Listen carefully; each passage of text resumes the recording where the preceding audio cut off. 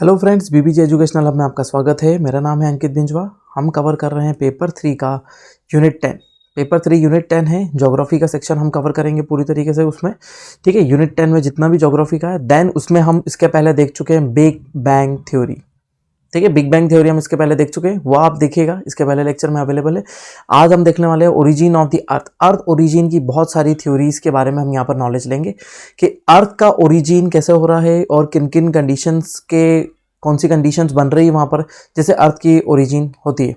Hindi English दोनों में ही हम यहाँ पर देखेंगे, ठीक है। तो सिलेबस में अर्थ ओरिजिन की थ्योरीज हम देख रहे हैं, ठीक है। उसके बाद हम देखेंगे क्या, ये टॉपिक कंप्लीट करने के बाद हम देख लेंगे हमारा कौन सा लिथोस्फीयर, हाइड्रोस्फीयर, एटमॉस्फेयर। देन हम देखेंगे क्या क्या चीज, कोर, मेंटल एंड क्रस्ट, ठीक है।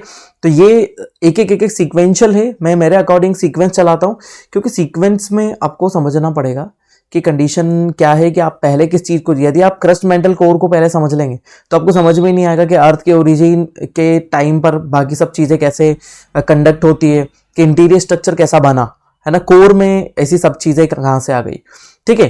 तो ये है हमारी अर्थ ओरिजिन की थ्योरीज, ठीक है। अर्थ ओरिजिन की थ्योरीज में यदि हम बात करें, ठीक है, तो टोटल हमारे पास 8 थ्योरीज यहां पर दिखाई देती है। टोटल कितनी थ्योरीज दिखाई देती है?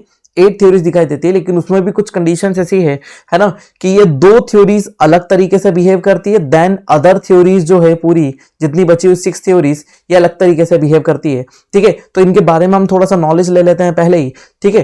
तो हम पहले ये देख लेते हैं कि अर्थ ओरिजिन थ्योरीज का मतलब क्या, ठीक है। अर्थ ओरिजिन थ्योरीज, ठीक है। अर्थ ओरिजिन थ्योरीज के साथ में एक और टर्म यहां पर जुड़ी है, हाइपोथेसिस, ठीक है। हाइपोथेसिस, ठीक है। यदि थ्योरीज कंडीशन हम किसको लेते हैं, ऐसी चीजें जो प्रूफ है ना, जिनके बारे में बहुत अच्छे अच्छे प्रूफ है, प्लस साइंटिफिक एक्सप्लेनेशन पूरी तरीके से प्रोवाइड करते हैं, वो ही हमारी क्या हो जाती है, थ्योरीज बन जाती है, ठीक है। यदि वो थ्योरीज क्या होती है, इनकम्प्लीट होती है, ठीक है, इनकम्प्लीट होती है, तो देन हम उसको क्या बोल देते हैं, हाइपोथेसिस बना देते हैं। क्योंकि उसके अंदर हो सकता है कि साइंटिफिक एक्सप्लेनेशन नहीं हो, जो रूल्स जो एट प्रेजेंट काम में आते हैं उनको हमने गलत तरीके से यूज कर रहा हो। जैसे रोटेशन के रूल्स हम देखेंगे, ठीक है, कंप्रेशन के रूल देखेंगे, हम किसी भी बॉडी के कंप्रेशन के रूल देखेंगे, ठीक है। और फिर रिवॉल्यूशन, रोटेशन, बाकी सब चीजें गलत हो जाती है। तो इस कारण से हम क्या उन थ्योरीज को ऐसा इतना ज्यादा हम हाईलाइट नहीं करते हैं, ठीक है। अब ये जितनी भी थ्योरीज है वो कितने पार्ट्स में डिवाइडेड है, इन थ्योरीज के बारे में यदि बात करें तो ये जो थ्योरीज है हमारी 2 पार्ट में डिवाइडेड है, ठीक है। तो अर्थ ओरिजिन थ्योरीज, ठीक है, अर्थ ओरिजिन थ्योरीज हमारी 2 पार्ट में डिवाइडेड है। सबसे पहले आती है मोनेस्टिक हाइपोथेसिस, मोनेस्टिक आइडियोलॉजी, ठीक है, मोनेस्टिक आइडियोलॉजी। और दूसरी हो जाती है ड्यूअलिस्टिक आइडियोलॉजी, ठीक है। अब मोनेस्टिक आइडियोलॉजी और ड्यूअलिस्टिक आइडियोलॉजी में क्या डिफरेंस आ जाता है, हम उसको यहां पर देख लेते हैं। मोनेस्टिक का मीनिंग यहां पर एकदम सिंपल सा मीनिंग ये बता देता है। मोनेस्टिक मतलब मोनो का मतलब होता है सिंगल, है ना। मोनो का मतलब क्या होता है, सिंगल या फिर यूनिबॉडी, है ना। एक ही बॉडी या फिर एक ही वस्तु क्या हो जाएगी, अर्थ का फॉर्मेशन करेगी, ठीक है। जैसे हम उस बॉडी को क्या मान लेते हैं, स्टार मान लेते हैं, है ना। उस बॉडी को हम क्या मानते हैं, स्टार मानते हैं, ठीक है। तो उसी स्टार को हम क्या बोल सकते हैं, प्राइमरी स्टार, ठीक है। उसी बॉडी को हम, प्राइमरी स्टार को हम क्या बोल सकते हैं, प्रोटोसन। उसी बॉडी को हम क्या बोलेंगे, दूसरी बात प्रोटोसन। देन उसी को हम क्या बोल सकते हैं कि हमारा स्टार, या फिर हम इसी स्टार को क्या बोलेंगे, सन के नाम से भी जानेंगे, ठीक है। तो ये हो जाती है हमारी प्राइमरी बॉडीज, है ना। ठीक, दूसरा हो जाता है कि इसके अंदर कोई अदर बॉडी नहीं होगी, है ना। फॉर्मेशन के लिए कोई अदर बॉडी नहीं होगी, सिर्फ इसी से जितने भी पार्टिकल्स निकलेंगे या फिर जो भी सब्सटेंस होगा इसी से मैटर अलग होगा, है ना। पार्टिकल्स की बात कर लो या मैटर की बात कर लो, और इसी मैटर से जो बनेंगे हमारे प्लैनेट्स बनेंगे, और प्लैनेट्स में ही हमारी क्या, अर्थ। तो अर्थ फॉर्मेशन के लिए जो थ्योरीज आती है ना, उन्हीं को हम क्या बोलते थे, मोनेस्टिक हाइपोथेसिस, है ना, which use only one substance, one body, one star to form the earth. Dualistic में देख लेते हैं। ड्यूअलिस्टिक में कंडीशन ये बोलता है कि ड्यूअल का मतलब आपको पता ही है, ठीक है। ड्यूअल का मतलब होता है 2, इट मीन्स इसके फॉर्मेशन में जो रिस्पॉन्सिबल फैक्टर होंगे वो क्या होंगे, 2 फैक्टर होंगे, ठीक है, 2 फैक्टर होंगे, जैसे एक स्टार ये हो गया और एक स्टार ये हो गया, ठीक है। अब ये दोनों ही स्टार परफॉर्म करेंगे किसी एक बॉडी को फॉर्म करने के लिए। इट मीन्स ये दोनों ही फॉर्मेशन की बात करेंगे किसके लिए, अर्थ के लिए, ठीक है। हो सकता है इसमें से कुछ पार्टिकल्स निकले, या फिर कुछ मैटर सेपरेट हो, या फिर कुछ कंडीशन ऐसी आ सकती है कि मैटर सेपरेट होने के अलावा इसमें तो हो सकता है कि ये पूरा का पूरा स्टार ही क्या हो, कोई स्टार ही डिस्ट्रॉय हो जाए, ठीक है, या फिर कहीं से कोई डस्ट हो, ठीक है, जिसको हम क्या बोलेंगे आगे जाके, डार्क मैटर, क्या बोलेंगे, डार्क मैटर बोलेंगे, ठीक है। तो इस तरीके से हम इसको समझेंगे, ठीक है, और इसको समझ के खत्म करेंगे, ठीक है। दोनों चीज याद रखिएगा, हिंदी इंग्लिश मीडियम वाले दोनों ही इसको समझ सकते हैं, ठीक है। तो हम एकदम सिंपल सी लैंग्वेज में समझा रहे हैं, बस लैंग्वेज को समझ लीजिए, देन आप उसको कंडक्ट करिए, ठीक है। अब यहां पे बात करते हैं कि पहला, यहां पर मोनिस्टिक हाइपोथेसिस में 2 आती है, ठीक है। यहां पर आती है पहली कांट की, ठीक है, और दूसरी होती है लाप्लास की, है ना। कांट की हाइपोथेसिस देन लाप्लास की हाइपोथेसिस, दोनों क्या है, मोनिस्टिक हाइपोथेसिस है। देन बाकी जितनी आ जाती है कौन कौन सी, बाकी जितनी रिमेनिंग 6 बच गई हमारी, वो जैसे हम किस किस की बात कर ले, यहां पर चैम्बरलिन एंड मोल्टन्स की बात कर ले, ठीक है। उसके अलावा जेम्स एंड जेफरी की बात कर ले, है ना। इंटरस्टेलर डस्ट हाइपोथेसिस, ऑटो श्मिट्स की बात कर ले, ठीक है। तो ये सब हाइपोथेसिस क्या हो जाती है, ड्यूलिस्टिक। इट मींस इसमें 2 बॉडीज परफॉर्म करेगी अर्थ के फॉर्मेशन के लिए, ठीक है। इन सब चीजों को हम आगे समझते हैं, डायग्रामेटिक एक्सप्लेनेशन में आपको यहां पर करूंगा, ठीक है। तो इसको स्क्रीनशॉट लेते चलें, इनको समझते चलें, और इन्हीं के बेस पर आप बनाएंगे पूरे नोट्स, ठीक है।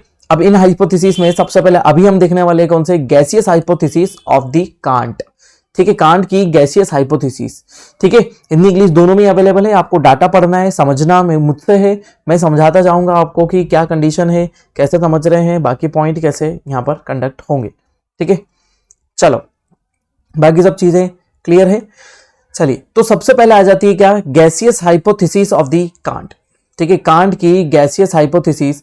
अब देखिए, कांट की गैसियस हाइपोथेसिस में सबसे पहली कंडीशन आ जाती है कि किसने इंट्रोड्यूस करी, कांट ने इंट्रोड्यूस करी, है ना। कांट ने इंट्रोड्यूस करी। कांट की बहुत सारी थ्योरीज यहां पर अवेलेबल है, ठीक है। अब कंडीशन ये आ जाती है कि कांट बताते क्या है कि यहां पर एक मैसिव क्लाउड था और बहुत सारी गैस और एंड डस्ट थी, ठीक है। जिसके अंदर क्या था, बहुत बड़े क्लाउड के अंदर गैस और डस्ट थी, ठीक है। यहां पर इन सब चीजों को पढ़ने से अच्छा है हम इसको क्या करें, एक डायग्रामेटिक रिप्रेजेंटेशन के फॉर्म में यहां पर देख ले, है ना। जो मैं आपको हमेशा ही बताता हूं कि डायग्रामेटिक, बाकी थ्योरीज तो आपके लिए है ही, बहुत सारी जगह थ्योरीज आपको मिलती है, मेन चीज है कि इनको समझना, ठीक है। मैं आपको समझने के लिए, याद करने के लिए पॉइंट्स भी यहां पर एक्सप्लेन करूंगा कि कौन से पॉइंट में किस तरीके से कैसे समझा जा सकता है, ठीक है। चले आगे देखिए, डायग्राम में आखिरी में एक अच्छा बढ़िया सा डायग्राम भी बताऊंगा जो मैंने ही खुद ने डिजाइन करा है, उसी डायग्राम के बेस पर आपको पूरी तरीके से समझना है। सबसे पहले बात करते हैं कांट की, ठीक है। कांट के हाइपोथेसिस की बात करते हैं, तो कांट जिस चीज की बात करता है, गैसियस मास की बात करता है। कांट बात कर रहा है किस चीज की, गैसियस मास। अब ये गैसियस मास होता क्या है, गैसियस मास अल्टीमेटली क्या है कि बहुत सारा मैटर है जो हमारे स्पेस में क्या है, स्कैटर्ड है। ये बहुत सारा मैटर है जो हमारे गैस स्पेस में स्कैटर्ड है। स्कैटर्ड मटेरियल अल्टीमेटली, हम सिंपल सी बात करें तो जितना भी डस्ट हो जाती है। अब इसके अंदर क्या क्या चीज हो सकती है, इसके अंदर हो सकती है गैस, है ना। इसके अंदर बहुत सारी गैसेस हो सकती है, इसके अंदर डस्ट हो सकती है, इसके अंदर डार्क मैटर हो सकता है। अब डार्क मैटर के बारे में तो ये थ्योरीज बताती नहीं है, सिर्फ बताती है क्या चीज, गैस के बारे में और डस्ट के बारे में, कि इसके अंदर बहुत सारे पार्टिकल है जो किस फॉर्म में है, डस्ट के फॉर्म में, कुछ है गैस के फॉर्म में, ठीक है। अब प्राइमरीली यदि हम बात करें, इसके पहले हम देख चुके हैं फॉर्मेशन ऑफ द स्टार, उसके अंदर हमने पूरी बात कर ली थी कि हाइड्रोजन पार्टिकल जब ऐड होते हैं देन क्या बनाते हैं, हीलियम पार्टिकल बनाते हैं। देन इसी रिएक्शन को क्या बोलते हैं, न्यूक्लियर फ्यूजन, ठीक है। न्यूक्लियर फ्यूजन का रिएक्शन होता है, देन न्यूक्लियर फ्यूजन से बहुत सारा एनर्जी निकलता है। एनर्जी का अमाउंट क्या होता है, बहुत सारा होता है, बहुत सारे अमाउंट में एनर्जी यहां से निकलती है, ठीक है। लेकिन ऐसा कुछ भी फैक्टर यहां पर बताया हुआ नहीं है कांट के द्वारा। कांट ऐसा कोई भी फैक्टर के बारे में कोई कैलकुलेशन नहीं देता है। कांट की हाइपोथेसिस यहीं से शुरू होती है कि बहुत बड़ा क्लाउड था, है ना, बहुत बड़ा क्लाउड था, उसके अंदर बहुत सारी डस्ट और बाकी सब चीजें थी। देन कंडीशन क्या होती है, मैं पॉइंट वाइज समझाते जाऊंगा। ये हमारा फेज 1 है, फेज 2 के बारे में बात करते हैं। तो फेज 2 में कंडीशन ये हो जाती है कि ये जो पार्टिकल है, हाँ, इन पार्टिकल के बारे में हम बात करें कि ये पार्टिकल क्या थे, ऐसे धीरे धीरे एक छोटे छोटे सेक्शंस में डिवाइडेड थे। ये क्लाउड्स दो है जो छोटे छोटे सेक्शंस में डिवाइडेड थे, ठीक है, क्योंकि इसमें जो पार्टिकल है वो धीरे से अपना अट्रैक्शन फोर्स डेवलप करेंगे, धीरे से अपना अट्रैक्शन फोर्स डेवलप करेंगे, अट्रैक्ट होकर किसी एक पॉइंट के अराउंड क्या करने लगेंगे, मोशन करेंगे। लेकिन ये कैसे मोशन करेंगे इसके बारे में बताता हूं। पहले मैं जो चीज बताना चाह रहा हूं उसको मैं बता देता हूं कि सबसे पहले कांट ने बोला कि ये जो क्लाउड्स थे जिसमें बहुत सारी गैसेस थी और यही क्या बन जाते हैं, गैसियस मास बन जाते हैं। ये हर एरिया में होते हैं, ठीक है, हर एरिया में अलग अलग गैसियस मास होते हैं। यहां पे एक अलग है, ये गैसियस मास अलग है और ये गैसियस मास अलग है। ऐसे बहुत सारे गैसियस मास क्या होते हैं, स्कैटर्ड होते हैं बहुत जगह, ठीक है, वो एक पॉइंट पर कॉन्सेंट्रेटेड होते हैं। इन गैसियस मास की प्रॉपर्टी क्या होती है ना, इन गैसियस मास की प्रॉपर्टी के बारे में देखते हैं। तो सबसे पहले ये जो पार्टिकल होते हैं मोशनलेस होते हैं, मोशनलेस पार्टिकल्स होते हैं, ठीक है। इट मींस इन पार्टिकल्स में मोशन किसी भी टाइप का नहीं होता, ठीक है। दूसरी बात कर ले, यदि मोशनलेस है तो कंडीशन क्या हो जाएगी कि ये एक दूसरे से कोलिजन नहीं करेंगे, इनमें किसी भी टाइप का कोलिजन नहीं होगा, ठीक है। यदि मोशनलेस है इट मींस इनके पास एनर्जी नहीं है, ठीक है, इनके पास एनर्जी नहीं है और ये बहुत कम मिनिमम एनर्जी वाले पार्टिकल है, ठीक है। यदि इनके पास एनर्जी नहीं है इट मींस ये टेम्परेचर भी इनके पास नहीं है ना, टेम्परेचर भी बहुत कम है, एनर्जी नहीं है, ठीक है। इट मींस ये कैसे है, एक जगह स्टेबल पार्टिकल है ना। कैसे पार्टिकल है ये, एक टाइप से स्टेबल पार्टिकल्स होते हैं, ठीक है। धीरे से फिर कंडीशन क्या बन जाती है, ये क्लाउड्स क्या करने लगते हैं, धीरे धीरे मोशन जनरेट कर रहे थे, है ना। इन क्लाउड्स के पास क्या आती है, एनर्जी आ जाती है, लेकिन इसके बारे में कोई एक्सप्लेनेशन कांट ने नहीं करा है, ठीक है। सीधे बताते हैं कि ये पार्टिकल्स क्या हो जाते हैं, धीरे धीरे इनके पास एनर्जी आती है और ये एनर्जी के फॉर्म में ऐसे कॉन्सेंट्रेट हो जाते हैं एक पॉइंट पर। हम इसमें से किसी भी एक गैसियस मास को उठा लेते, सपोज हमने इस वाले गैसियस मास को ही क्या कर लिया, यहां कंसीडर कर लिया कि ये एक टाइप का गैसियस मास है, ठीक है। अब कंडीशन ये बनती है कि जैसे जैसे गैसियस मास के अंदर क्या हो जाता है, ग्रेविटेशनल पुल जनरेट हो जाता है, ठीक है। हमारी पॉइंट सी में हम चल रहे हैं तो कंडीशन क्या हो जाती है, इसके अंदर ग्रेविटेशनल पुल जनरेट होता है, ठीक है। जैसे ही ग्रेविटेशनल पुल जनरेट होता है तो इसमें कंडीशन क्या बन जाती है कि इसमें होने लगता है कॉन्ट्रैक्शन, कॉन्ट्रैक्शन बोल दो या कंप्रेशन बोल दो, तो इस नेबुला में होना स्टार्ट हो जाएगा क्या, कंप्रेशन, ठीक है ना। तो कंडीशन किसकी हो गई, कंप्रेशन की, ठीक है। पॉइंट डी में बात करते हैं कि आगे इसके आगे क्या हो रहा है, ठीक है। जैसे जैसे कंप्रेशन होता जाएगा तो ये क्या हो जाएगा, एक श्रिंक बॉडी के फॉर्म में डेवलप हो जाएगा। ये किस फॉर्म में डेवलप हो जाएगा, एक श्रिंक बॉडी के फॉर्म में डेवलप हो जाएगा, ठीक है। मतलब ये कंप्रेस होता ही जाएगा कंटिन्यूअसली, ठीक है, कंटिन्यूअसली कंप्रेस होते होते यदि ये बहुत ज्यादा कंप्रेस हो रहा है तो इसके अंदर कुछ रिएक्शंस चल रही है, उन रिएक्शन के बारे में देखते हैं, ठीक है। तो सबसे पहले तो ग्रेविटेशनल पुल है, ग्रेविटेशनल पुल से कंडीशन किसकी बन रही है, कंप्रेशन की, ठीक है। कंप्रेशन हो रहा है, यदि कंप्रेशन उसके अंदर होता है तो क्या हो जाएगा, कोलिजन होगा, यदि कोलिजन होगा तो फ्रिक्शन भी होगा, ठीक है। यहां पर फ्रिक्शन होगा और फ्रिक्शन से क्या जनरेट हो जाएगा, टेम्परेचर जनरेट हो जाएगा, ठीक है। और ये क्या हो जाएगी, हीटेड बॉडी बन जाएगी, ये एक टाइप की क्या हो जाएगी, हीटेड बॉडी बन जाएगी, ठीक है। तो हमारे कौन सा आ गए, डी। देन हम कंडीशन को देखते हैं ई में, ये बॉडी क्या होती जाती है, हीटेड होना स्टार्ट हो जाती है। मतलब ये जो गैसियस मास है, ये जो गैसियस मास हमारे पास अवेलेबल है, ये धीरे धीरे क्या होने स्टार्ट हो चुका है ना, इसका टेम्परेचर इंक्रीज होना शुरू हो चुका है, कंटिन्यूअसली टेम्परेचर इंक्रीज हो रहा है। तो पहले जो बॉडी कंप्रेस हो रही थी देन वो अचानक से क्या होने लगती है, हीट अप होने लगती है कोलिजन के कारण, देन क्या होने लगती है, एक्सपांड होने लगती है, ठीक है। लेकिन एक कंडीशन और है ना, एक कंडीशन और है कि जैसे जैसे पार्टिकल क्या हो जाते हैं, चार्ज्ड पार्टिकल क्या हो जाते हैं, चार्ज पार्टिकल हो जाते हैं, ठीक है। तो ये चार्ज पार्टिकल क्या करने लगते हैं, रोटेशन करने लगते हैं, ठीक है। इन चार्ज पार्टिकल में क्या स्टार्ट हो जाता है, रोटेशन। इट मींस ये जो बॉडी है वो अपनी एक्सिस पर रोटेट करना स्टार्ट कर देगी, है ना। मतलब ये घूमने लगेगी अपनी एक्सिस के ही आसपास, ठीक है, अपनी एक्सिस पर ही क्या करना स्टार्ट कर देगी, रोटेट करना स्टार्ट होगी, ठीक है। अब नेक्स्ट फेज में देखते हैं कि जैसे जैसे ये बॉडी रोटेट करना स्टार्ट कर देती है, जैसे जैसे ये बॉडी क्या करती है, रोटेट करना स्टार्ट करती है, ठीक है, तो रोटेट करते हुए क्या हो जाती है, एक्सपांड होना स्टार्ट होती है।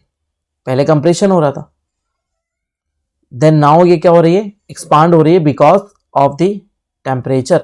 टेम्परेचर कंटिन्यूअसली इंक्रीज होता जा रहा है, इसलिए बॉडी क्या होती जा रही है, एक्सपांड होती जा रही है। जैसे जैसे ये बॉडी एक्सपांड होती जाएगी, देन इसमें से क्या हो जाएगा, पार्टिकल्स सेपरेट होना स्टार्ट हो जाएंगे। ठीक है, पार्टिकल्स क्या होने लग जाएंगे, सेपरेट होना स्टार्ट हो जाएंगे। ठीक है, तो नेक्स्ट कंडीशन में हम देख लेते हैं कि इससे बहुत सारे पार्टिकल, ये हमारी जो बीच वाली बॉडी है वो बच गई, देन इससे बहुत सारे पार्टिकल्स इसके ऑर्बिट में सेपरेट होना स्टार्ट हो गए। ठीक है, देन एक और ऑर्बिट इससे बनी, देन एक और ऑर्बिट में इससे पार्टिकल सेपरेट हुए। ठीक है, फिर उसके बाद एक और ऑर्बिट में पार्टिकल सेपरेट हुए। ऐसे पार्टिकल कंटिन्यूअस फॉर्म में सेपरेट होते ही रहते हैं। ठीक है, तो इस बॉडी से ऐसे पार्टिकल्स कंटिन्यूअसली बाहर निकलते रहते हैं और धीरे धीरे पार्टिकल्स के फॉर्मेशन से कंडीशन क्या बन जाती है कि इसके आसपास इतने सारे पार्टिकल्स इकट्ठे हो जाते हैं जो इसी बॉडी से निकले हुए हैं सॉरी, इसी बॉडी से निकले हुए बहुत सारे पार्टिकल इसकी ऑर्बिट में स्कैटर्ड हो जाते हैं। ठीक है, देन जो रिमेनिंग पार्ट होता है ना, अब हम आगे की बात करते हैं। जो रिमेनिंग पार्ट होता है वो क्या बन जाता है, सन बन जाता है। जो रिमेनिंग पार्ट होता है इस पूरे सेक्शन में वो क्या बन जाता है, ये जो बीच वाला हिस्सा आपको दिखाई दे रहा है, ये बीच वाला हिस्सा जो है ये क्या बन जाएगा, रिमेनिंग पार्ट, ये सन बच जाएगा। ठीक है, देन क्या हो जाएगी, इसमें से मल्टीपल ऑर्बिट,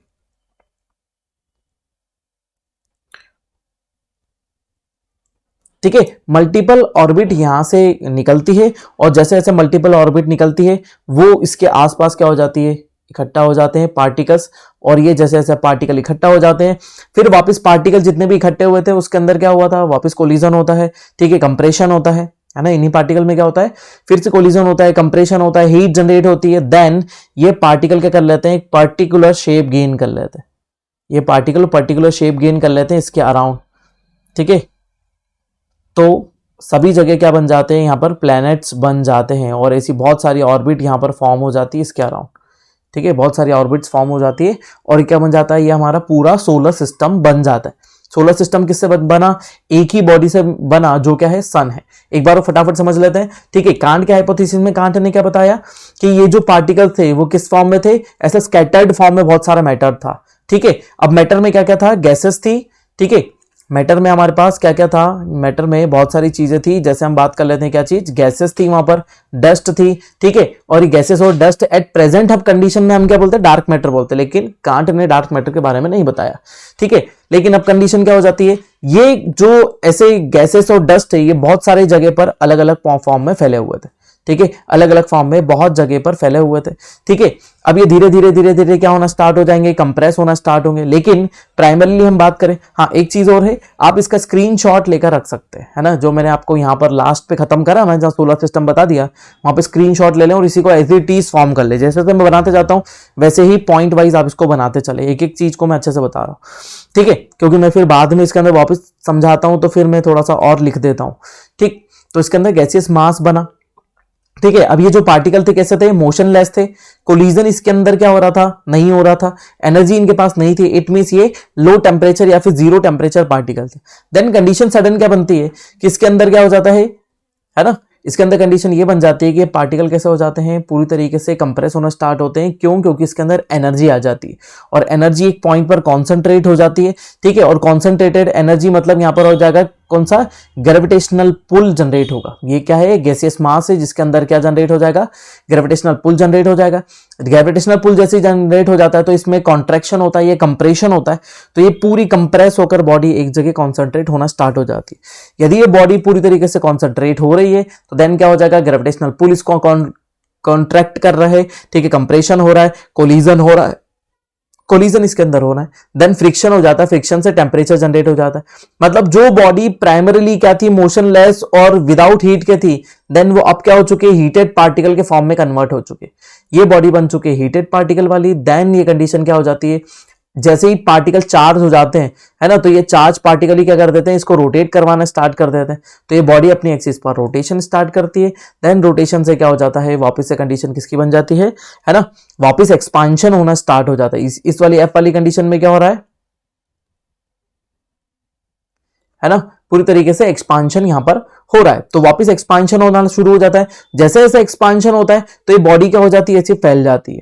है ना, बॉडी क्या हो जाती है, पूरी तरीके से आसपास फैल जाती है और फैल कर क्या बनाती थी, बहुत सारे पार्टिकल्स उसके ऑर्बिट में सेपरेट करती है और जैसे जैसे पार्टिकल ऑर्बिट में सेपरेट होते हैं तो इससे मल्टीपल क्या करते हैं, ऑर्बिट्स बाहर निकलती, इससे मल्टीपल ऑर्बिट्स बाहर निकलती है और उन्हीं ऑर्बिट में क्या होते हैं, बहुत सारे पार्टिकल्स होते हैं। देन वो पार्टिकल धीरे धीरे धीरे धीरे वापिस एड ऑन होते हैं, देन बना देते हैं क्या, हमारे पूरे प्लेनेट का फॉर्मेशन कर देते हैं। ठीक है, तो ये हमारी पूरी थ्योरी थी। ठीक है, अब देखो यहां पर कुछ चीजें हैं, इसके ड्रॉबैक्स भी मैं यहीं पर ही बता देता हूं आप लोगों को। ठीक है, इसके ड्रॉबैक भी हम यहां पर ही कैलकुलेट कर लेते हैं, सबसे पहले बता देता हूं। चलो इसको ड्रॉबैक को हम आगे देख लेंगे। ठीक है, तो यहां तक इसको स्क्रीनशॉट लेकर रख लीजिए, है ना, हम आगे चलते हैं।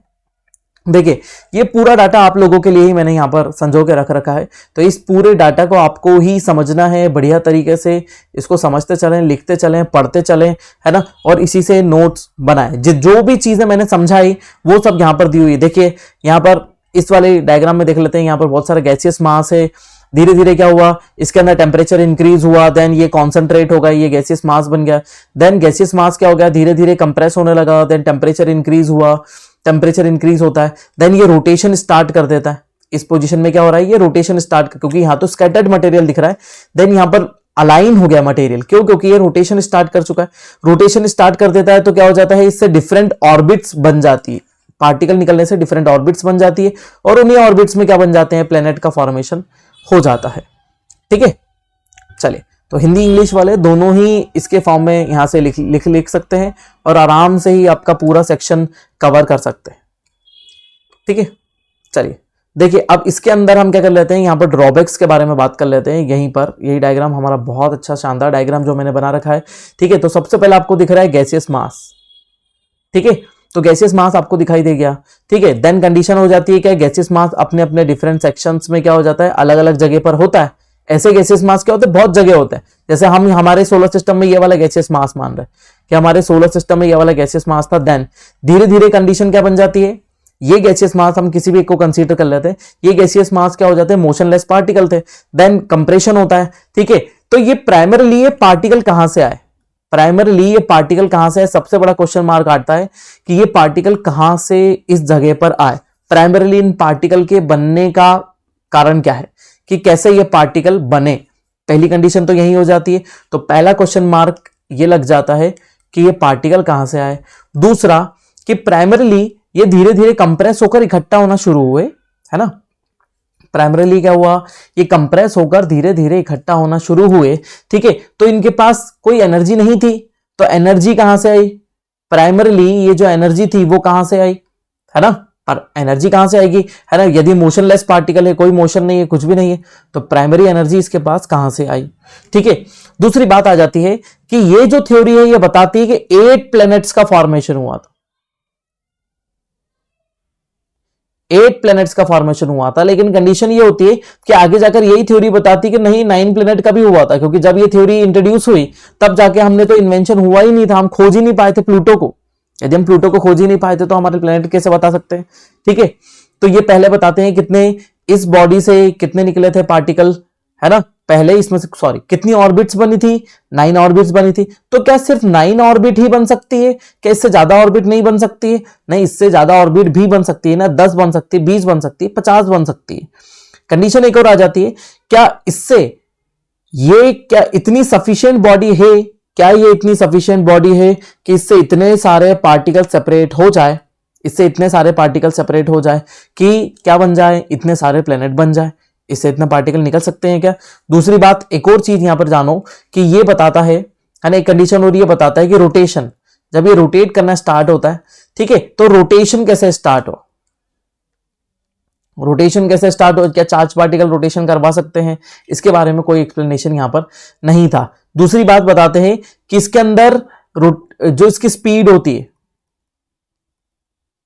किसकी रोटेशन स्पीड भी इंक्रीज होती जाती है कंटिन्यूअसली, क्या होता है रोटेशनल स्पीड भी क्या बताता है, ये इंक्रीज होती जाती है। देन रोटेशनल स्पीड इंक्रीज हो जाती है तो सेंट्रीफ्यूगल फोर्स क्या हो जाता है, एक्सीड हो जाता है ना। ये थ्योरी के अंदर आप वो उस वाले डायग्राम में भी ऐड कीजिएगा कि जैसे जैसे रोटेशनल स्पीड इंक्रीज होती है देन सेंट्रीफ्यूगल फोर्स भी क्या हो जाता है, इंक्रीज हो जाता है। देन सेंट्रीफ्यूगल फोर्स के इंक्रीज हो जाने से बहुत सारे पार्टिकल यहां से बाहर निकल जाते हैं, है ना, इसमें से बहुत सारे पार्टिकल्स बाहर निकल जाते हैं। तो ये कंडीशन यहां से बनती है। कि क्या ऐसा हो सकता है कि यहाँ से बहुत सारे पार्टिकल ऐसे बाहर निकल जाए, है ना, सेंट्रीफ्यूगल फोर्स के इंक्रीज हो जाने से, और वो इसकी ऑर्बिट में ही आसपास रोटेट करना स्टार्ट करे। ठीक है, तो ऐसा हो सकता है कि रोटेशनल स्पीड कहाँ से बढ़ी और रोटेशनल स्पीड कैसे बनी, क्या हुआ। ठीक है, तो ऑर्बिट के बारे में भी यहाँ पर नॉलेज नहीं मिल रहा है हमको, मतलब इनकम्प्लीट नॉलेज, मतलब थ्योरी क्या है, इनकम्प्लीट है, इसीलिए क्या है, हाइपोथेसिस, इसलिए कंडीशन क्या बनी हुई है, हाइपोथेसिस है। ठीक है, तो इसके अंदर एक और चीज बताता है कि टेम्परेचर भी इंक्रीज हो रहा है ना, देन एक्सपांशन भी हो रहा है, देन रोटेशन स्पीड भी क्या हो रही है, इंक्रीज हो रही है। तो क्या एक्सपांशन के साथ रोटेशन स्पीड बढ़ सकती है? नहीं, ऐसा नहीं हो सकता है कि बॉडी जितनी बड़ी होती जाएगी उतना उसकी स्पीड कम होती जाएगी, यानी जितनी बॉडी बड़ी होती जाएगी, मतलब कोई भी ऑब्जेक्ट जितना बड़ा हो जाएगा उसकी स्पीड उतनी ही कम हो जाएगी। छोटी बॉडीज तेज घूमेगी और बड़ी बॉडीज क्या हो जाएगी, धीमी घूमेगी। ऐसा जो रूल्स होते हैं वो बताते हैं साइंस के, है ना, तो साइंस के रूल के अगेंस्ट ये फॉलो हो रहा है। ठीक है, अब ये जो थ्योरी है इसके दो बेस है। इस थ्योरी के क्या बताते हैं, दो बेस बताते हैं। पहला बेस आपको दिखाई देता है ग्रेविटेशनल पुल। ठीक है, ग्रेविटेशनल पुल या ग्रेविटेशनल फोर्स, पहला बेस ये बन जाता है। दूसरा बेस क्या बन जाता है, इसी थ्योरी का दूसरा बेस ये बन के आता है रोटेशन। ठीक है, रोटेशन, तो रोटेशन से ही क्या हो जाता है, सेंट्रीफ्यूगल फोर्स क्या हो जाएगा। जब मैंने आपको वाला रोटेशन वाला सेक्शन बताया था तो उसमें सेंट्रीफ्यूगल फोर्स भी एक्सीड हो जाएगा, देन उससे पार्टिकल एक्साइट होंगे, मतलब उसके बॉडी से पार्टिकल क्या होंगे, बाहर निकलेंगे। ठीक है, पार्टिकल्स बाहर निकलेंगे, देन प्लेनेट का फॉर्मेशन होगा। ठीक है, तो यहां पर भी सेम कंडीशन बन रही, तो ये हमारे क्या हो गए, ड्रॉबैक्स हो गए। ठीक है, और इसी डायग्राम को आप एकदम एज इट इज देख सकते हैं कि गैसियस मास है, यह है गैसियस मास, और गैसियस मास हर एरिया में बहुत सारे हैं, है ना, यहाँ पर भी गैसियस मास है। देन धीरे धीरे क्या हो जाएगा, इसमें कंप्रेशन होगा, देन क्या हो जाएगा, सेंट्रीफ्यूगल फोर्स क्या हो जाएगा, एक्सीड होगा, देन सेंट्रीफ्यूगल एक्सीड होगा तो डिफरेंट ऑर्बिट्स इससे फॉर्म होगी, देन ऑर्बिट में कंप्रेशन कोलिजन होगा, देन क्या हो जाएंगे, प्लेनेट का फॉर्मेशन हो जाएगा। जो रिमेनिंग पार्ट बचेगा वो क्या हो जाएगा, सन। ठीक है, देन अदर जो प्लेनेट बच जाएंगे वो क्या हो जाएंगे, जैसे मर्क्यूरी हो गया। ठीक है, मर्क्यूरी, वीनस, अर्थ, मार्स, जुपिटर, सैटर्न, देन सभी प्लेनेट्स यहाँ पर फॉर्म हो जाएंगे। ठीक है, तो यहां पर ये कंडीशन थी हमारे सामने। ठीक है, तो ये पूरी तरीके से लिखा हुआ है गैसियस मास, है ना, gaseous hypothesis of the can't. ठीक है, तो gaseous mass hypothesis of the can't. ठीक है, तो ये हो जाता है हमारा कंप्लीट। ठीक है, इन सब चीजों को आप क्या करें, देख लें, पढ़ लें, समझ लें अच्छे से, जो चीज मैंने बताई है उसके अकॉर्डिंग ही पूरी तरीके से चलें, बढ़िया से समझ में आएगा, सब चीजें कंप्लीट हो जाएगी। सॉरी। ठीक है, और ये भी बहुत सारी चीजें हैं इसके अंदर, बाजू में मैंने डायग्राम्स भी दे रखे हैं, आप लोग इसको क्या कर सकते हैं, पॉज करके पूरी तरीके से लिखे, समझे, नोट्स बने, जितनी चीजें मैंने बताई ना वो सब इसके अंदर लिखी हुई है। ठीक है, तो यहां पर देखो, यहां पर मैं बता देता हूं, इर्रेगुलर रिंग्स के बारे में हमने बताया था। ठीक है, वो भी यहां पर बाहर निकलती है। ठीक है, 9 रिंग्स बताते हैं, है ना, बाद में इसने क्या बताया कि 9 रिंग सेपरेट हुई थी, पहले बताता है कि 8 रिंग सेपरेट हुई थी, देन ये बताता है कि 9 रिंग सेपरेट हुई थी। ठीक है, तो ये भी इसका, ठीक है, एक ड्रॉबैक और ये आ जाता है कि प्लेनेट का जो मोशन है ना, प्लेनेट का मोशन है वो इस बॉडी के मोशन के साथ में ही होना चाहिए ना। प्लेनेट का एक ड्रॉबैक ये भी आता है कि प्लेनेट का मोशन बॉडी के मोशन के साथ में होना चाहिए, लेकिन कंडीशन क्या है, यहां पर एक कंडीशन आती है कि यदि हम मर्क्यूरी की डायरेक्शन ये मानते हैं, ठीक है, लेकिन वीनस जो है इसके अपोजिट डायरेक्शन में, देन अर्थ है जो अपने सेम डायरेक्शन में। ठीक है, फिर उसके बाद क्या आ जाता है, उसके बाद आता है कि मार्स भी अपनी सेम डायरेक्शन है, जुपिटर भी सेम डायरेक्शन में, लेकिन यूरेनस जो आता है यहां पर, ठीक है, सैटर्न के बाद यूरेनस जो आता है वो फिर से अपोजिट डायरेक्शन में मोशन करता है। तो इन प्लेनेट के अपोजिट डायरेक्शन में मोशन को एक्सप्लेन नहीं कर पाई ये थ्योरी कि क्यों ये प्लेनेट अपोजिट डायरेक्शन में मोशन कर रहे हैं, ये कोई एक्सप्लेनेशन इसके अंदर नहीं दिया हुआ है। ठीक है, तो यहां पर बहुत सारी चीजें हैं, है ना, तो बहुत सारे रिंग्स के निकलने के बारे में बात है, तो इसके ड्रॉबैक्स भी लिखे। जब भी आप थ्योरी को एक्सप्लेन करें उसके अंदर 1 या 2 या 3 ड्रॉबैक भी डालें, थ्योरी को भी बताएं, छोटा सा डायग्राम बना दे, टाइनी सा साइड में, जो मैंने आपको शुरुआत में वो चीज बताई थी वो डायग्राम बना दे तो वो कंप्लीट हो जाएगा। जैसे ये साइड में हम आपको डायग्राम बताते चल रहे हैं, इवेल्युएशन के बारे में भी वो सब चीजें सेम लिखी हुई है जो हमने यहाँ पर बात करी थी। ठीक है, कि सबसे पहले जो मैटर था वो कहां से आया, कि एनर्जी का सोर्स कांट ने नहीं बताया, ठीक है। फिर पहले ये बोलता है कि 8 रिंग्स थी, 9 रिंग्स थी, रोटेशन कैसे हुआ, ठीक है, साइज बढ़ने के साथ में रोटेशन की स्पीड कैसे बढ़ सकती है, ठीक है, प्राइमरीली पार्टिकल के पास कोई चार्ज नहीं है तो कैसे कॉन्ट्रैक्ट हो सकते हैं, कंप्रेस कैसे हो सकते हैं, ये सब चीजें ये नहीं बता रहा है, ठीक है। तो यही है उसका क्या मूल्यांकन, ठीक है। तो हम उसकी कैलकुलेशन के अकॉर्डिंग सब बात कर दें, आपको ये सब चीजें लिखनी है, बस जो मैंने समझाया ना वो ही आपके लिए मेन है, ठीक है। चलिए, तो ये वाला लेक्चर हमारा यहीं पे समाप्त होता है, ठीक है। तो मेरा नाम अंकित बिंजवा, बने रहिए बीबीजे एजुकेशनल हब के साथ में, हम ये पूरा सेक्शन कवर करेंगे। अर्थ ओरिजिन की थ्योरी थोड़ा सा मुश्किल है, नया टॉपिक है, समझेंगे इसको, हम मिलकर इसको खत्म करेंगे। धन्यवाद।